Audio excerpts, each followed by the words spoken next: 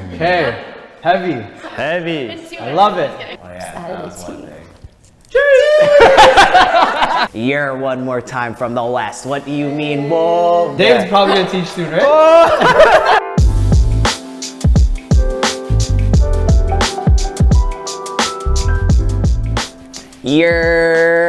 Wagwan. It's your boy, them Aaron Aquino and Annabelle from RUNTHEFLEX, and my partner in crime, Nicole Rossoff, the two co-founders of RUNTHEFLEX Dance Studio. Nick, I want you to share what we're going to be doing today. All right, so we are so excited to be here to announce RTF presents TTC, a new series called Tastemakers of Toronto Culture, where we sit down with people from Toronto that have been influenced by hip hop and have over the years created their own platforms, created their own initiatives to influence people in this community and beyond.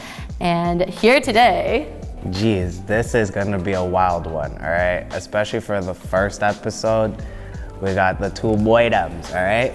People always come through our doors and they're all like, yo, this reminds me of this one studio. And we're both like very flattered to hear that. So we got the boydoms, Greg Villarico and David Forteau, co-founders of Right Foot Dance Studio. Jeez! Respects. Whoa. Gang.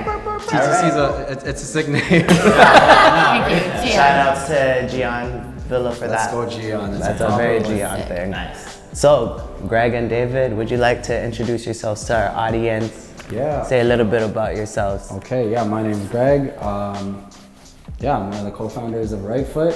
Fell in love with dance through hip hop culture. Yeah, I'm gonna keep it at that for now. Oh, say less. Yeah. Well, I'm David Forteau, one of the other co-founders of Right Foot Dance Studio, and yeah, born and raised in Toronto, always had a love for the city, and I was trying to put people on. So we'll continue to peel back the layers as we go through the conversation. I'm excited to share with y'all. Yeah. Peeling it out. Jeez, okay.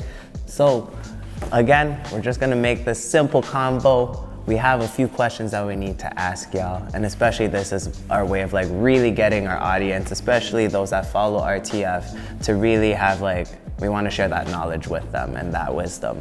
So, Nick, I know you have one question that you also wanted to ask about. Yeah, let's start off with some of the history. So obviously, as Aaron mentioned, it's been really flattering to hear people walk through our doors and say like, this has Right Foot vibes, because that's, how we started dancing. And from St. Clair to Yonge Street, it was really instrumental in our personal dance journeys, and obviously a lot of our friends and peers.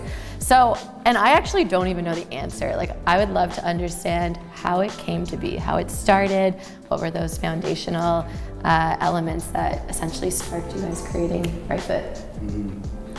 What would your starting point be? Jeez. Mine, I'll throw one out there. Yeah. I'll throw like an anchor point. For sure. Is St. Lawrence Community Center. Wow. Definitely. Okay. That to me is like, it really got going from there. Cool. So I'll get to that anchor. Okay. How about that? So the ship started at home with my mom, actually. So shout out Wilma Forteau, Mama Forteau, She's always trying to get me to pursue my passions, and I loved hip hop, I loved dance at a young age, but I wasn't really the one to pursue it on my own. I kind of had a little bit of doubt or whatever, worry, and I was with the different kind of crowd that wasn't really supportive of that kind of lifestyle. So I stayed away from it for as long as I could, but my mom was pushing, oh, there's a community center over here, there's a church you could join that they dance and they have free programming, you should check it out. And then she even got this pastor to write an article about her son and me and what I wanted to do in my life, and she actually came up with a name. She was like, if you're gonna teach anyone, you have to make sure they get started on the right foot.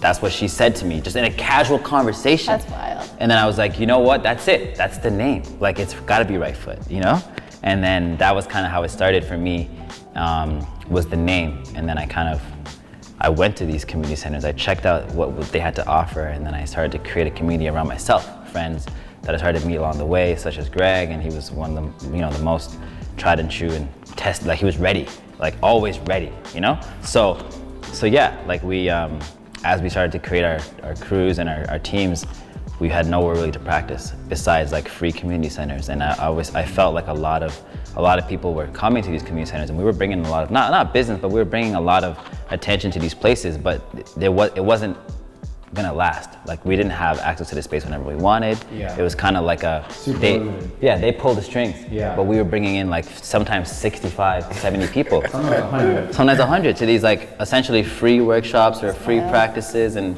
it became a thing where it was just the community was spilling over itself, and we decided that we needed to find a home for all of us. Can you actually talk about that community center? Because that is like technically a pivotal point also for me, being like, I was there when that happened. Yeah. Can you talk about that? Yeah, no, for sure. That's a whole era, definitely. Just St. Lawrence Community Center by the Esplanade. But like, what was really cool about that was, and it's just like a quick backstory, but a lot of us knew each other from like a youth group before that, and that's how a lot of us danced together, or just met.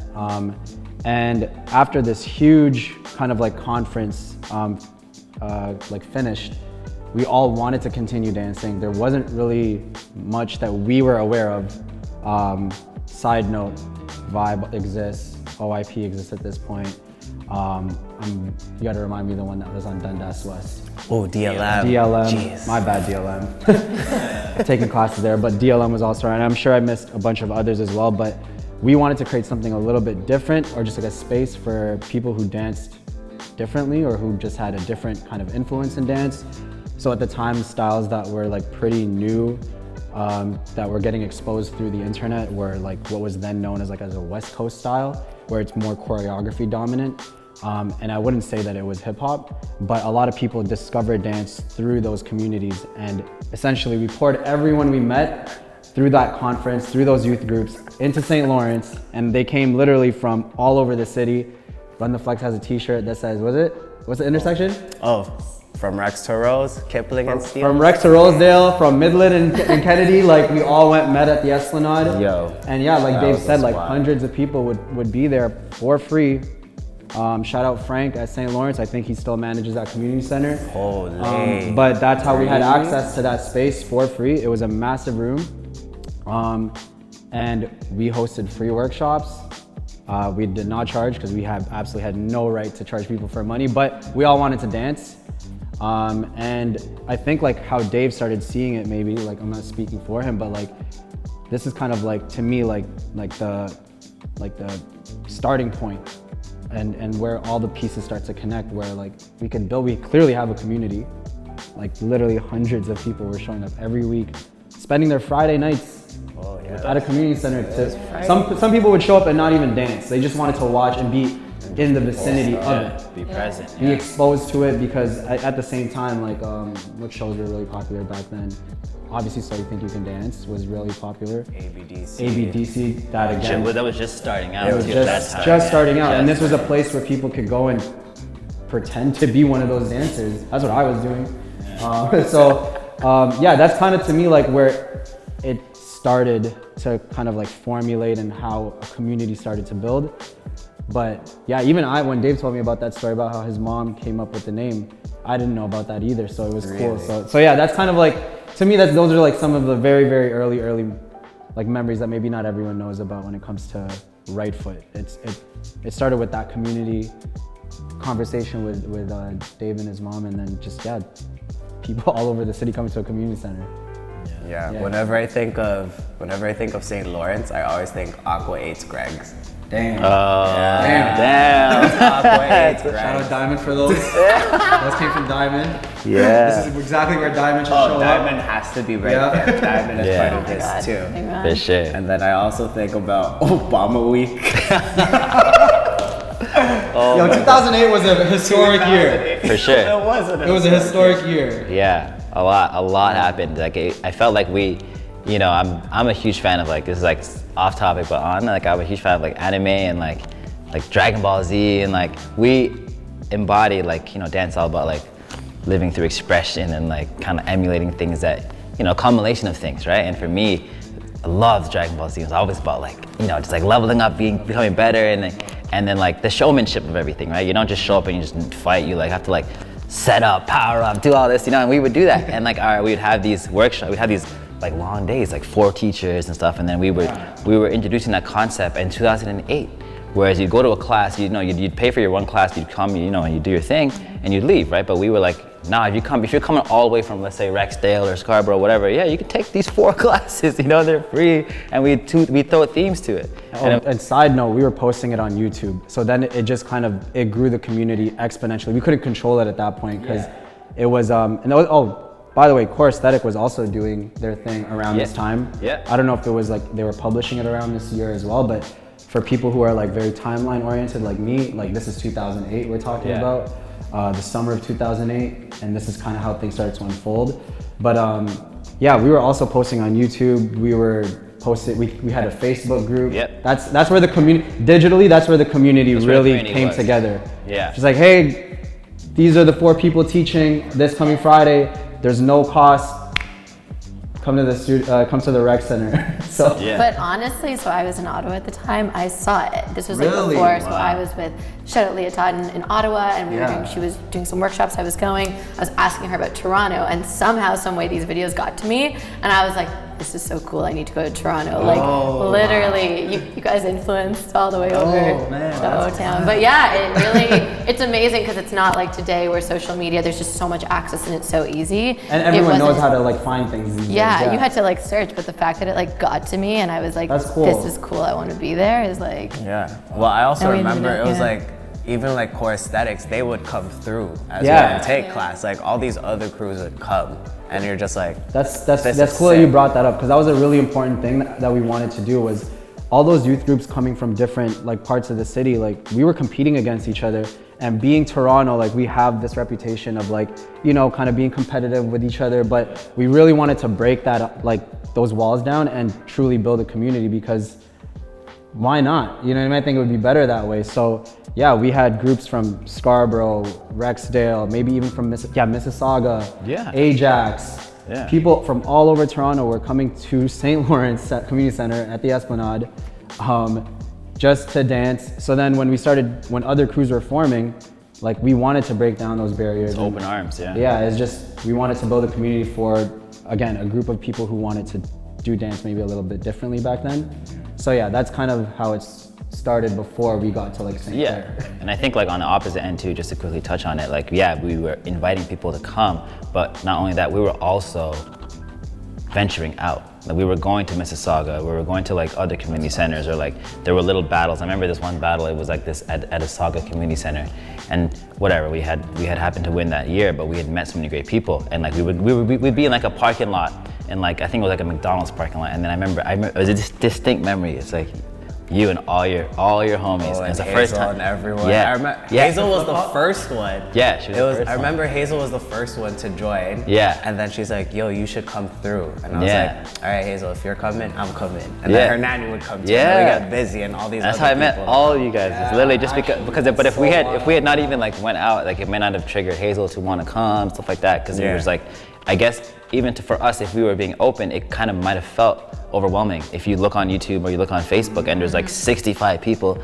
at this one class, it's like it could be a little overwhelming, but we were like out there kind of in the trenches, like meeting people, saying what up, showing our face, being present. I think that's like a huge step as to why I felt that we could actually do this and it would go well, Yeah, part of community building, I would say then, is just like, you also have to go out, like, you know what I mean? Like, so we would reach out to people, and we were also like, hey, like, let's do this together. So like, to build community, you have to step up, and someone has to meet you in the middle as well. Like, it can't just be it's not like a buzzword, like, you know what I mean? Back then it was just like out of genuine love, like, let's get people together, let's dance, like, let's share, like, we're all so talented in this city, and it shouldn't just stay in like each borough, like, we should put it out there. So for better or worse, we put it out there. Yeah. And to think about it, like St. Lawrence was like actually in the middle, right? Like everyone can get there.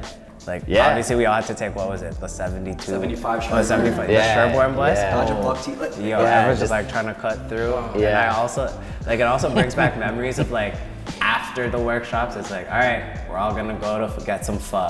Yeah. And make some lemonade. And I was Yeah. like, Oh, what? yeah. I was like, Dancer make budget for lemonade. real. Traditions though. But I think just going on that, like I think what I realized like coming here was like, yes, it's the experience you have in the studio or community center, but it's like the after. Like that's, I think when I think back to some of our memories, it was always like, yeah, where are we going for food after? Where are we hanging out? It was like, it was so much more than like just the dance class or just the session, which I think that is really what I think you guys did so well. And so to your point about community, it's really just authenticity, you know. It wasn't a buzzword for you. It wasn't like, okay, we're gonna try to do this to, you know, make all this money or like whatever. It was just like, you love this, you know, other people love it, you want to bring people together. And I think that's what it just read so clearly, that that's, you know, what it was. So tell us about, okay, so from St. Lawrence to your first location, Yes. What was that process like, and how did sort of, I guess, like what was the timeline of essentially opening your doors? Sure, yeah. I'll do the quick precursor because basically I was so sick at that time, but Jaynard, who was dancing with Dream, I don't know if they were going by YYZ then. They were still going by Dream. They were still going by Dream? Yeah, Jaynard randomly messaged me on Facebook Messenger, and he's just like, yo, my cousin's opening a snapback store. There's a little space in the back. I think we can do a dance studio. And the reason why Jaynard was hitting me up about this was because our time at that community center, it seemed like it was coming to a close. There were conversations about converting the big studio into a workout space, yeah, because it's more accessible for folks in wheelchairs. So that was actually kind of like the first, kind of like, hey, this might be the end of this amazing run that we had. We could have really just like stopped it there. So I send this text over to Dave. I'm like, yo, Dave, I just feel like you're the guy for this. Jaynard just told me about this, like, I'm super sick, please, like, this is up to you. And like, it's just actually so interesting that like, you could have done anything else that day. You could have been like, nah, I don't want to respond to this. And we would have not done right foot at all, you know? That's so like, wild. But I'm gonna let Dave speak to like why he actually decided to go on with that part, because he really could have just R-bombed me and been like, cool bro, I'm gonna play Dragon Ball Z. Yeah, no, exactly. Totally. I think, yeah, because a lot of, like I said earlier, conversations around the word right foot and that idea was percolating in my mind because of my mom, but it wasn't a real thing because the community center that we were practicing at, it was just St. Lawrence. It wasn't right foot, nothing like that. But I had it in the back of my mind, and I even went to I did a co-op at high school at a African dance studio. And I didn't dance there. I mopped the floor and I learned how to do maintenance. And I had the right foot in my head already at that time. So all the time passed by learning how to dance, dancing with crews, understanding that concept and becoming part of the community was a big step forward for me to get the courage. And then when I got that text from Jaynard, and I remember, I'm like, in my head, I'm like, why do I even know Jaynard? And I thought about it, so we went to Marshall McLuhan and we had danced, I remember we had kind of watched the Dream practice because they were doing a show at their school. And I was like, these kids are pretty cool, but like, I wonder if we could perform. And then they hit us up like, yeah, Rock, you guys can perform. So we could perform, you know, we shut that down, you know what I'm saying? Like, real talk, we went through, we did our thing. And I think the impact that we had made on them, they were like, yo, we want to be down with your guys' crew. It doesn't have to be like a part of C2 or a part of Raw, but we want to be around. So that they reciprocated that energy. And I was like, okay, these people are locked in forever. I'll always, you know, respect these guys. So when I got the text and I thought it was Jaynard, I'm like, yeah, this is a good opportunity. I could trust him. I could trust what he's bringing to the table. It's not gonna be like a weird situation. Because I think there was a lot of politics at the time with dance in the city as well. A lot of OGs really, not gatekeeping, but they didn't really make it easy for people to do things in the city if they weren't like going through the right channels.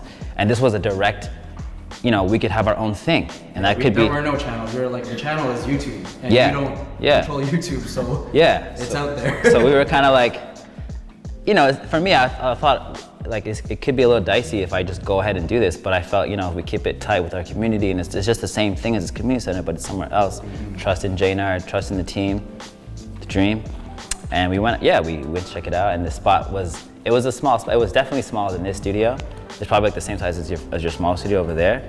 And yeah, it was, you know, it was cute, it was cozy. We had a spot, and I really felt like it was the perfect intersection between like hip hop, fashion, dance, and the culture, because we had the snapback store was in the front, like was mentioned, and it just felt right, you know, like there was a lot of things that looking back would have been better. Like we didn't even have our own bathroom. It was connected to the snapback store. So if you were dancing late, We got a last time bathroom call. yeah, like Last time, like lock it like up. 9 p.m. you'd have to use your bathroom before they locked up.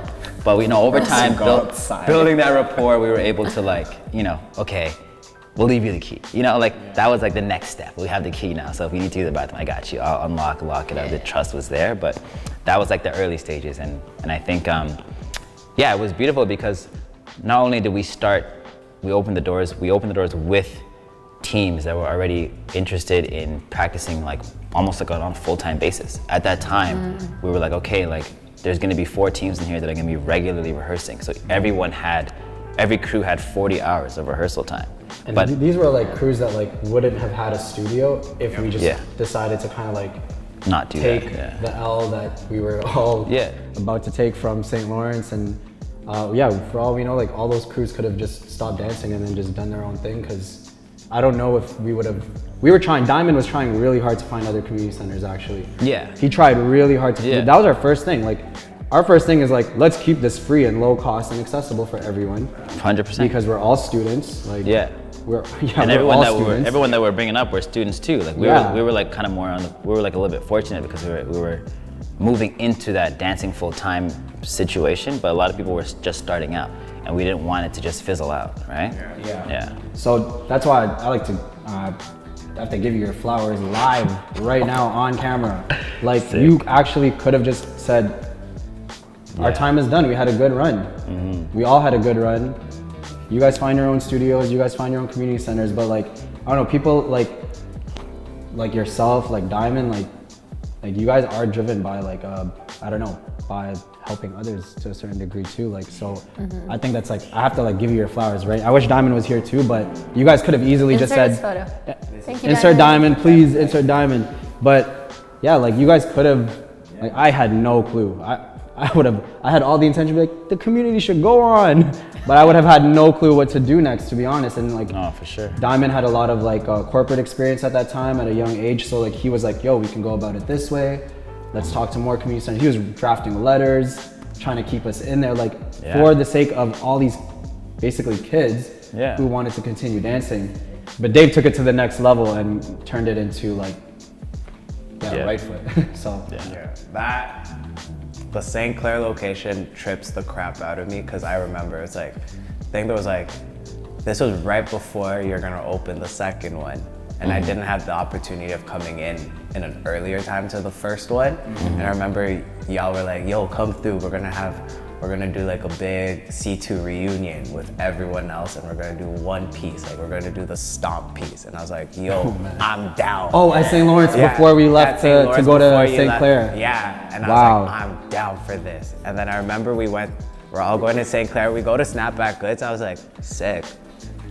Where's the studio? and then I remember it was Gerald. Gerald's like, are you here for the studio? I'm like, yeah, but I want to look at all these TISA hats still. Yeah. I'm like looking at it, I'm like, okay, I might get a Chicago Bulls one. He's like, yeah, the studio's the back door. I'm like, okay, and I open it, I'm like, yo, there's a studio in here? I was like, this is a sick flow. Like, to walk, it's such like, it gave like that speakeasy kind of vibe. Like, you know, it's like you think it's just a store, but nah, there's more to this place. Like that. And especially like that studio itself with like also the back room that goes into the alleyway. There's so much history in that specific room. It's also it's also such a testament to like obviously us having our studio. Like we notice every little thing. We're like, this has to be this way and this has to be this way. But I think like just honestly thinking back to the fact that like you couldn't even use the washrooms after a certain time and it didn't matter. Like we still would have chose going there over something that like there were in studio washrooms, because it was the vibe and the experience. And that's something that we've had to learn. And the accessibility too, right? Like everyone could just take the St. Clair streetcar, like, you know?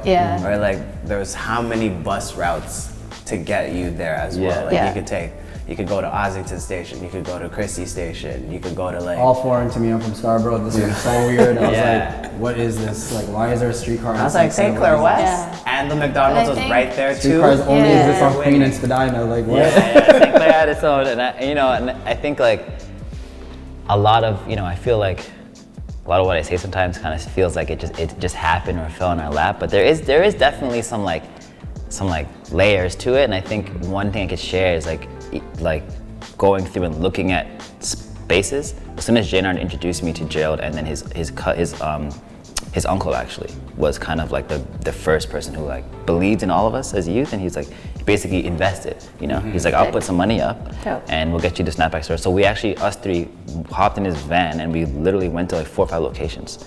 And then there was 2 on St. Clair that really worked out. So the one that we were at was the one, obviously, but it was a second spot that we were like really close to getting, and it was closer to Bathurst and St. Clair, like where the Timmy's is, you know, and that's where the one that we were like kind of thinking about, but it didn't have the right feel, and the back wasn't accessible. Like you couldn't drive through, you couldn't walk, so it didn't really give us an opportunity to let our thing happen as much. It would have been way more like tight, so we figured it was the best for everyone, and they actually like considered that, and that's what made me really feel like they're gonna accept what we're doing, and it's gonna be a very good working relationship. And that's when I was like, okay, we're doing this, you know?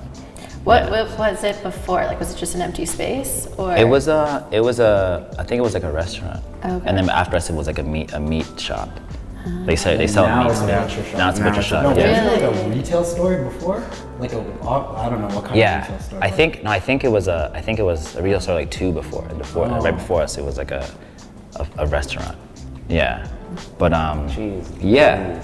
So and I you know, like another lasting note would be, I saw early on that, because I'm into a couple other things besides dance specifically. Like dance, I would say this out loud, dance saved my life. It changed what I thought about what it means to be like a person in the community. Like it changed everything for me, but I also am a huge lover of fashion. I love music, right? So I saw early on that there's such a strong tie between fashion and dance that I was like, I'm gonna like be an intern here. I'm gonna learn. You know, I'll dance, I'll do my thing, and I'll be the captain for once, because side note, I was not ever looked as or like really was a part of the captain of the ships at St. Lawrence. I was just like the guy, the homie, like, you know, and I break dance, and I was a vibe for the crew that I was with, but when it comes to logistics, I wasn't really in charge, right? But so when Greg says he lobbed the ball and I slam dunked it with his right foot, I'll take it and I appreciate it, you know, because that was my first time stepping up and doing something like as a leader, you know, and yeah, I really was like, I'll take the reins on this, but I want to be an intern in the fashion world. I want to learn about this. I want to figure out how this works. The mechanics of Aaron walking through, looking at the TTC hat, and then buying it to wear it for the next class. Like that was interesting, you know? Oh, yeah. Yeah, and I kind of learned a lot through that that process. was one of those moments where I was like, dang, I need to have money all the time if I'm coming to rent. I'm like, shoot. Yeah, but then 40 youths next week are walking around with the same hat that you had because it was in the class. It's Everyone like, had one. yeah, and that was what was interesting to me, was learning about how that dynamic works. You know? Sick. Holy. There's so much just with the one, like just with the first one. And like we'll get into the topics more about like your fashion side, because all these other things came to my head, like Twisted Swagger. If y'all don't know, you'll know about that one. And like Nozo, like that's a whole other side. I was gonna wear it today, but you know, I said I got the right foot. I got enough right foot on me. That's on my arm still. So yeah. This guy said it's tatted on me. Yeah, it's on me. Can't It's on me. That's what I was like, stay with me. Okay, I know. It's a 4L. You're not serious until it's tattoo. Yeah. Oh, 1,000. But can we transition to the second location? Because that one, I think, is also, in my opinion, like the first one has a part of my heart, because I remember I also left a bunch of stuff there too sometimes, like, and I remember going to the second location and then like opening a closet and finding like a pair of ransom boots that I had, and I was like, yo, these are still here? I was like, oh my gosh. But can you talk about the second location? Because that's where if you're saying like St. Clair was like the slam dunk and like this is like your stamp of like, yo, like we're doing this. To me, it felt like the Young Street location was like, we're about to destroy this place, all right? Everyone's gonna be like, you're not gonna know what's coming. And also being like a downtown studio too, right? Yeah, and also like the time, like how long you were in St. Clair for to Young, like that timeline. For sure. Was that like 2 years-ish? It was like almost 3. Almost 3, yeah. So Yeah, like, so how was it? Like, What And is this? why? Yeah, why downtown to begin with? Okay, you want me to go on? Yeah, actually, Yeah. I want to hear your perspective on Sure. this. Honestly, yeah. Okay. So, I guess I'll give a couple notes here. Okay. I like to be pretty thorough. Greg's time oriented, knows all the dates and everything, but there's there's things that I think were happening while he was being the superstar that he was. Superstar. Okay. So I like to take care of things in the back end, right? Because I know, like, for us, we didn't really have our eyes open to see everything that was going on. Well, we knew of the vibes, we knew of the OIPs, we knew of the DLMs, and we ventured out and we went, right? But I think for us, what was really important was cementing the fact that not only are we trying to be different, is by association, we were definitely different. Yeah. So the fact that I was asking questions like, hey, like, you guys are out as a crew, C2, or like Dream or Boss or other crews that were actually embedded into Right Foot's first generation, like, who are people that you would like to learn from, or like, how would you guys better yourselves, and how can I help? Because again, yes, I dance, but I was mainly like a street dancer. I like to freestyle. I never took choreo that seriously. I wish I did more, but looking in hindsight, I am who I am. I love it, but I was like always trying to be that person to like help elevate others around me. And so I asked the right questions, like, who do you guys want to learn from? And I just happened to know and have access to a lot of people around the world that were doing things at the time. So I've heard things like, oh, I would love to see like someone from Cabo Modern or Choreo Cookies or other big crews that were doing their thing in the world. And I was like, well, let's just contact them and bring them down, right? And it sounds like a lot of moving parts to even make that happen. And I do know that places like Vibe were doing things like that. They were bringing down people that they believed in and thought they were dope for their closed student programming. But I was like, let's bring down people that we love and open it up. I want a dancer that lives in Hamilton to want to drive down because they saw their favorite dancer on TV, and now they're teaching in Toronto for under $30. Let's try to do that. Facts. So I was like, let's bring down, and I shout out to my boy Brian Puspos, one of the first guys to really give us that opportunity to not overcharge and not like collect on the clout that he had built up just by being him. He was humble and open to working with us. He loved Toronto, loves Canada, and we flew him out a couple times along with Ian Eastwood, and there's a lot of names, but that was what we kind of tried to bring to the community, because I wanted the youth and the dancers around me to evolve the way that they wanted to. Not just like, okay, there's this in the city, there's this other studio to go to. Yeah, you can go there and you can train, but like, what do you really want? How can I get that for you? And that's kind of, that's what helped make the jump to downtown. Because once those workshops started happening frequently, the community again started spilling over itself, and we didn't have enough space, because we thought, this back room is cool and our teams can fit. If Boss doubles in size and they have 30 dancers, like we can still make it work. A little tight, but we can make it work. C2 was always a huge crew, a little tight, we can make it work, right? But then as it started becoming 45 people in Ian's class, and like Sean Evaristo had like 50 people at the door dancing, people in the hallway dancing, I'm like, hey, we might have to switch things up a little bit. Oh my God, yeah, people would be taking class in the people hallway. People would be dancing in snapback goods and looking through the small window at the mirror to try to catch the choreo. Yeah. And then when we do groups, we switch them out, and it was Shout out all those dancers. Right? Yeah. Shout out all those hungry dancers. To learn. Like, that's hungry to learn. That's a different breed of dancer. Yeah, different. It's like whatever happened, like you just got to make it work. Just got to make it work. Just got to make it work, And I think so. We were looking at the numbers and seeing like, what, I really feel like we need to make a jump here. And at that moment in time, like I said, I was an intern in the fashion world and entertainment when I started Right Foot.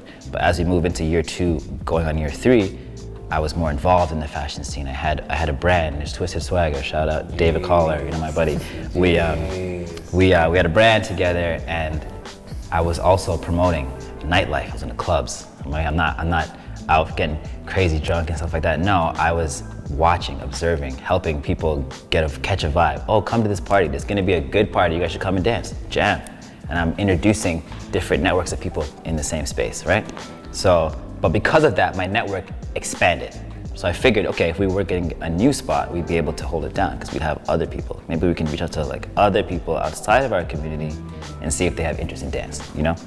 And I got to shout out Noah from my crew, Noah Ing, from the fam, Ill Manners, and MEC. He had an opportunity for us to start another brand, another clothing brand with his older brother, which is my business partner, Thelonious Spoon, we'll call him, you know?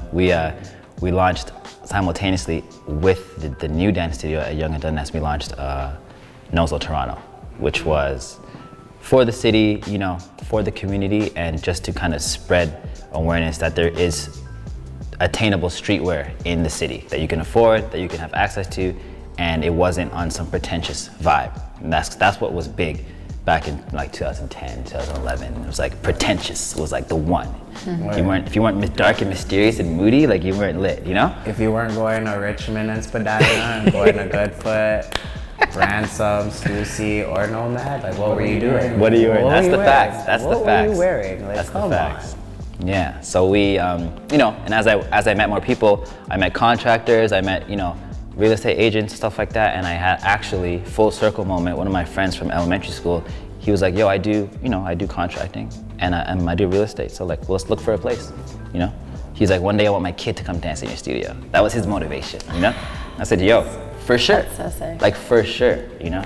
So we looked at a spot, and he found us a spot on. We saw like maybe 3 or 4 spots, I think, but the one that I remember, you couldn't come to the walkthrough of the right foot that we actually got, the second location. So I took a video, and I didn't like know how long I would have in there, so I had my phone like a little BlackBerry or something. Right? That video is burned in my memory. Yeah. My reaction to how big this space was, because we just talked about how small first rifle Yeah. was. Yeah. It was literally the blurriest BlackBerry video Yeah. with the little flashlight.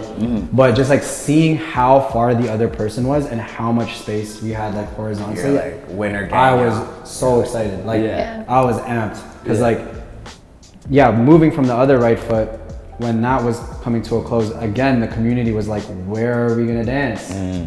So again, another moment, you could have just been like, That's it, guys.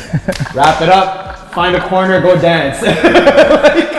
Yeah. You really could have done that again. So, but we took it to the next level, I guess. And yeah, that spot was, it's beautiful. Like it was. That one was a vibe, yo. And then why downtown is just, hey, Dave's guy found an amazing place. And Found an amazing place with a good price point, and accessibility again was huge because, you know, I didn't even personally start driving until I was like 28, you know?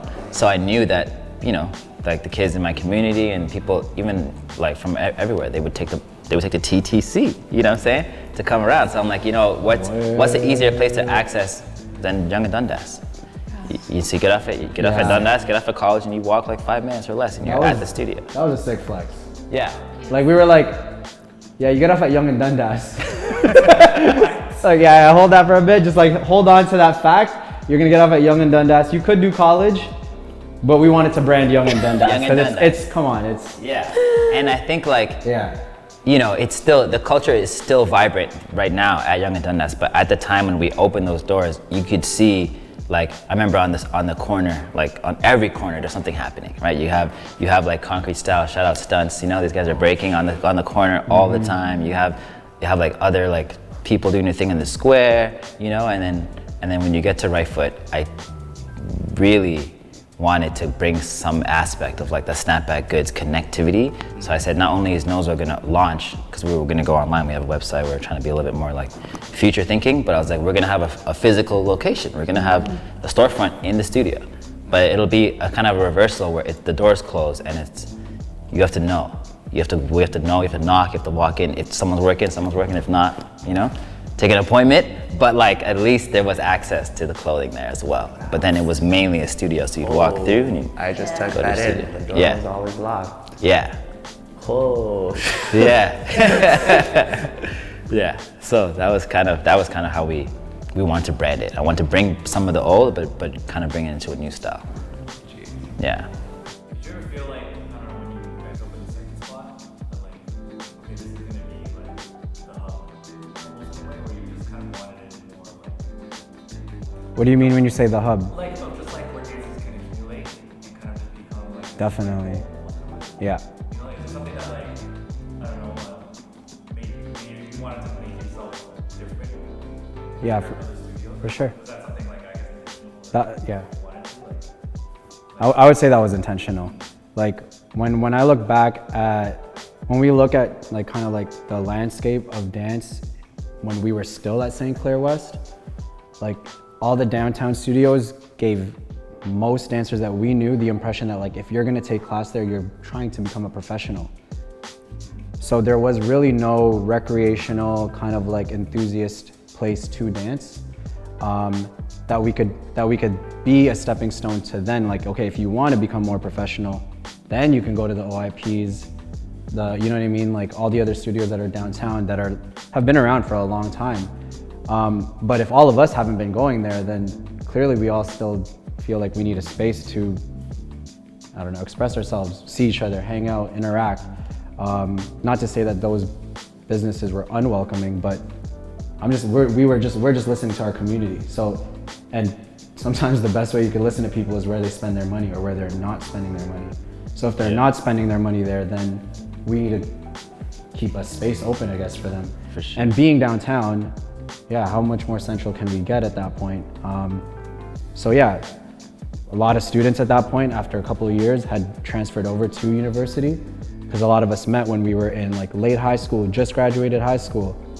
So, you know, I guess if we're talking about it from like a business standpoint, like the demographic grew older and we relocated with them, but maybe that wasn't intentional, but it was intentional to have a space downtown where the community can interact, practice, take class, teach their first class ever, because no other studio at that point was really giving, Yeah. you know, randoms. For sure. Literally randoms to them. Like, who the hell are you to teach at such and such? Yeah. Why should you teach at our studio? Yeah. At our place, it was just more like, if we have a bond with you, we've developed a vibe, and like, yes, to a certain degree, like, do you have a brand about yourself? Do you have a following? Like, set you up for some sort of success. We still want to see that happen. Yeah. It all so comes yeah. back to the mission statement. It all comes Yeah. back to getting started on the right foot. You know, Yeah. if you're ever in doubt, that's it. It's like we were like really like trying to get people the right tools for the success. Because I feel like the other studios, sure, they had their thing going, and we weren't trying to compete per se, but we were trying to let our vibe be heard. Because I think, like you said, there wasn't much opportunity for dancers like us to go into those spaces and feel welcome or feel adequate. Whereas the style that we were pushing back then is the style now, I would say, right? It's like there wasn't a space for a choreo kid that practiced West Coast style or that could break a little bit but picked up choreo, could jump into a professional studio or jump into a professional even audition and have a chance, right? But now it's like those are getting picked automatically, and then you're going back to, okay, well, who can actually dance? Let's fill it with that, right? So I think we were ahead of our time in that sense, but we definitely didn't want to like put a pause to it. We wanted to make sure that it was able to be nurtured, because I saw that was going to be, you know, the norm, right? Because like I said, our students and our people in our community wanted to learn from people overseas. They wanted to partake in that culture that was happening outside of these city walls, and we brought it to the city, and we allowed it to help nurture the city, right? And I felt like that needed to live on. Yeah. Can you guys perceive like now, even though it's been so many years, like the influence of what you did amongst what currently exists in the dance community and how you see people dancing and everything you were saying, like those connections between street dancers, commercial, all that, like, do you perceive it yourselves? I think we have a perfect example today who, like, not that they're a complete embodiment of any of this and not that they're direct byproduct of that, but it's just the thing with like doing things for the community is like you're like a satellite dish, and like whatever signal you want to put out, it's really on who wants to catch that signal and then retain that information. So it's like, it's really like a form of just like sharing and giving. So it's, if people took that with them and then went their own way, it's, and then if we have a conversation with them and then they give us like, hey, you really did this, or such and such did this for me, that's just a beautiful feeling. And it's just like, it feels good that like our like love for the community or our intentions and all the time we put into doing things for the community that it affected them. So like Noel is like, to me when I look at Noel, I'm like, Can we get Noel on set, please? yeah, can we get Noel on set? You But guys when I look at Noel, honestly, yeah, like Come in here, young gun. Noel has a sick choreo. Noel can make sick choreo. Yeah, yo, what do you mean? Can do stunts, bro? can What do you b-boy. mean? Like, I'm gonna be honest. Like back then, I couldn't imagine a dancer like you existing because it seemed like you had to either just be a b-boy. Yeah. Don't do any choreo stuff. Don't ever Facts. dance to R&B while you're b-boying. Don't ever do that. And like we just love that you can do your thing. That's it. That's like the best part about it, honestly. For sure. It's like you don't feel boxed in, and I hope you don't feel boxed in because that was The future's bright. Right? Yeah. The future is bright. Yeah. Hearing all this, I'm getting chills because I heard of like right foot when I was in like grade 9 or 10. I did a cancer research performance or showcase with a bunch of other people and other teams. I remember stepping into that studio for the first time, and I'm like, I want to dance here. I want to dance here. I want to dance in Toronto, and that's kind of where like my growth and my love for dance kind of grew, because I think Right Foot was the only studio that I knew of ever outside of like outside of YouTube videos. yeah. You take that in. In Toronto. Take Yeah, that That's in. wild. In Toronto. That's cool, Everything that's else cool. was been like through YouTube and stuff. Yeah. Yeah. And then you brought out like Ian Eastwood and Brian Fuspos, who I grew up on like back in like grade 7, 8. And I'm just like, this is possible. Like this is very possible. We were literally thinking of people like you. Like, if we're watching it, there's definitely younger people watching it. So if we're meeting resistance from like, you know, the current standard, then it's like we're pushing the envelope for somebody, definitely for us. But like, if we know physically 200-300 people that also want to dance these similar styles, what about the people who are watching from afar? Yeah. Like, we have to be like their voice Yeah. too, you know what I mean? It's true. It's true. That's And kind of what it was like. Yeah, and to speak on his point, like I remember there's moments, because you asked Nick, like if I can see the perception, I can perceive the thing.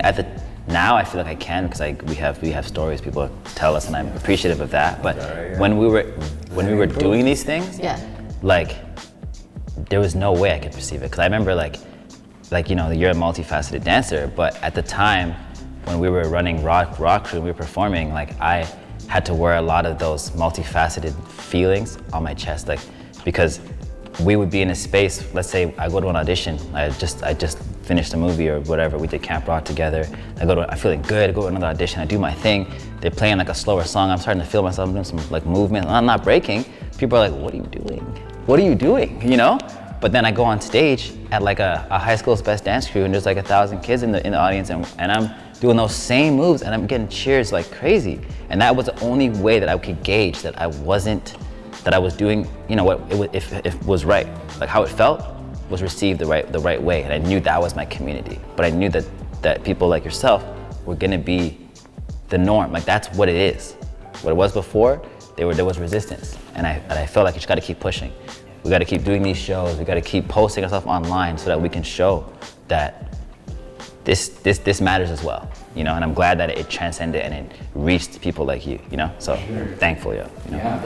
Appreciate that. The future is This is so cool. There's so much. We're gonna take a 2-minute break. Yeah. And then when we come back, we want to dive more into your individual journeys as artists, people of Toronto, people of Scarborough. Yeah. So, yeah. Thanks, Noel, for the cameo. Hey, Wow. Sweet.